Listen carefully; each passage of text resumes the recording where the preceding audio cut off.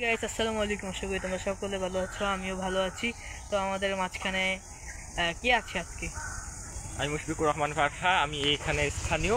আর এখানে সকল এক্সপ্লোরে আমি তোমাদের সাথে রয়েছি।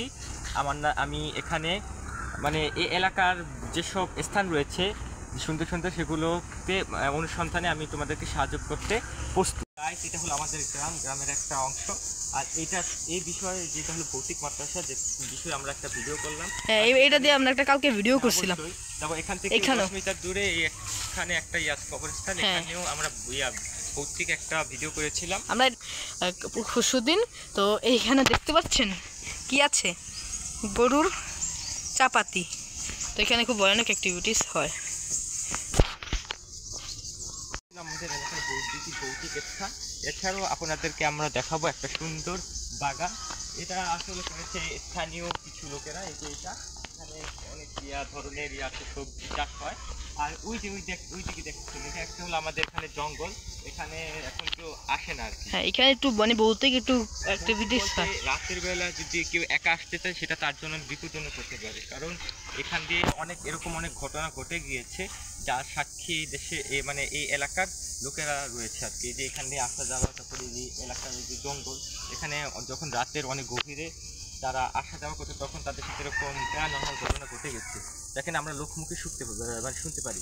হ্যাঁ, এখানে একটা রাত্রেবেলা বলে একটা খাসি, মানে গরু, তারপর একটা খাসি বলে এখানে মানে রক্তাক্ত অবস্থায়, পেট কাটা অবস্থায়, নাড়ি বুড়ি সেরকম কিছু না, কিন্তু এখানে বলা হয়েছে যে এখানে মানে গোসল করানো হয়েছিল আর কি। যারা এরকম মানে পিশাচ বা অশরীরী আত্মার সম্মুখীন হয়েছিল তাদেরকে এই 3 রাস্তার মোড় যে রয়েছে এখানে গোসল করানো হতো আর কি। এইখানে এই জায়গাটাতে নেই, এই জায়গাটাতে। তো এই যে সামনে, হ্যাঁ, তো এই কয়টাই ছিল আমাদের এখানে ভৌতিক স্থান নাকি, এটাই তো না? আর এইগুলা হলো সব আমাদের এই এলাকার নেচার। দেখতে পাচ্ছেন প্রকৃতি অনেক সুন্দর, তবে আমার ক্যামেরার কোয়ালিটি খুব খারাপ, কারণ আমার ক্যামেরা, আমি ওই যে বললাম না যে আমি ভিডিও করছি, করার পর ব্যাটারিটা নষ্ট হয়ে গেছে, নাহলে কোয়ালিটি ঝাক্কাস আসতো। তো আসো আমরা এখানে দেখাই। তো এই যে হলো এখানে খেজুর গাছ আছে, এটা খেজুরের রস হয় ছোট গাছে। তো এই হলো এখানে চাষ করে মানুষ খাবার দাবার। তো এই যে সেই জঙ্গলটা যেটার কথা বললাম। আর এখন ঝিঝির মৌসুম, তো ঝিঝি ডাকতেছে গাছে বসে বসে। তো এই আর কি, this is the nature beauty. So এটা হলো আমাদের খেলার মাঠ, এখানে আমরা খেলি। আর view, just look at this view, সেই না ভাবে? তুমি তো প্রতিদিন দেখো, আর আমি তো আজকে।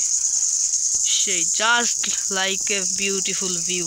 অ্যান্ড এখানে আর একটা ভিউ আছে, সেই ভিউ। তো এখন আমরা এই ভিউ দেখতে দেখতে এনজয় করি আপনারা। আর কিছু আমি এখানে যদি মূলত বলতে হয় যে এখানে প্রকৃতির যে সৌন্দর্য, সেখান থেকে এখানে ভৌতিক যে ব্যাপারগুলো সেগুলো বেশি ঘটে গেছে। আমি যে গাছের পাশে দাঁড়িয়ে রয়েছি, এটা কিন্তু অনেক পুরনো একটা গাছ। এটা প্রায় 100 বছর আগে। এখানে অনেকের সাথে মানে এখানে আসা যাওয়া করতো তোমার, যখন অনেক রাত গভীর হয়ে যেত তখন আসা যাওয়ার ক্ষেত্রে এখানে অনেকে প্যারানর্মাল ঘটনার। ওয়েট এইখানে নাকি একজনে ইলিশ মাছ নাকি জানি নিয়ে গেছিল মতন কি, একটু সেই গল্পটা বল, আমি নানার কাছ থেকে শুনছি।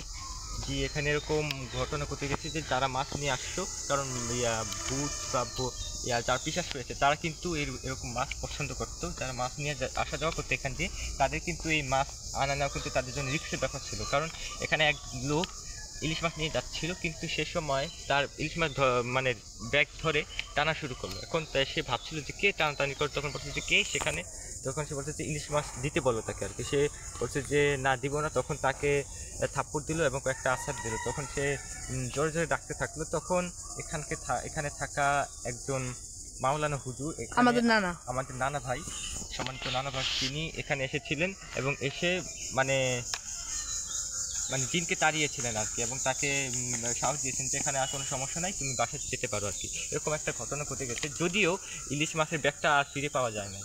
হ্যাঁ, ওইটা তো খাইয়াই ফেলাইছে জিনে। তো এই মানে আমি বলতে গেলে যে এই জায়গাটুকু আপনারা দেখতেছেন না, এই যে এই জায়গাটুকু, এই রোডটুকু যে গোসল করে, তো মূলত এই প্লেসটুক, হ্যাঁ এই যে এই প্লেসটুক পুরা নিয়ে আর কি ভয়ানক। তো এইখানে দেখতে পাচ্ছেন এটা হলো 100 বছর পুরাতন যে ইলিশ মাছের অ্যাক্টিভিটিস। ওইখানে দেখতে পাচ্ছেন ওই মাদ্রাসাটা ভৌতিকেরও ভিডিও আমার আইডিতে ইয়াতে আছে, চ্যানেলে আপনারা দেখবেন। আর এইখানেও একটা ব্লগ আমাদের চ্যানেলে আছে। আর ব্লগটাকে বড় করলাম না, সবাই ভালো থাকবেন, সুস্থ থাকবেন। আমাদের ব্লগটাকে এখানেই এন্ড করে দিচ্ছি। লাইক কমেন্ট শেয়ার সবাই বেশি বেশি করে করেন। তো আমাদের জন্য দোয়া করবেন। আমরা আরও ডেইলি 7 ডে 7 ভিডিওস বানানোর চেষ্টা করতেছি। তো সবাই ভালো থাকবেন, সুস্থ থাকবেন এবং আমার জন্য দোয়া করবেন। বাই।